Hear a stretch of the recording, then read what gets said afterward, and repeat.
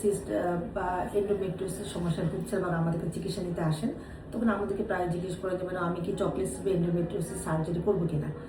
আর সেক্ষেত্রে দেখা যাচ্ছে ওনার যদি আমরা রক্তের এমএইচ একটা পরীক্ষা করে দেখা যাচ্ছে যে এমএইচ এর রিপোর্টটা মোটামুটি কমে এসছে এবং ওনার এতটা সিমটম নেই।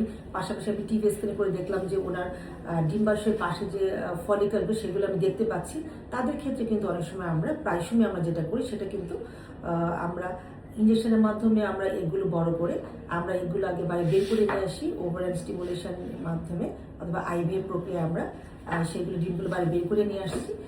তারপর সেই এগুলো আমরা ফ্রিজিং করে রাখছি অবিবাহিত মেয়েদের ক্ষেত্রে। আর যারা বিবাহিত তাদের ক্ষেত্রে কিন্তু আমরা হাজব্যান্ড স্পামের সাথে মিশিয়ে ভ্রূণ তৈরি করে সেগুলো ফ্রিজিং করছি।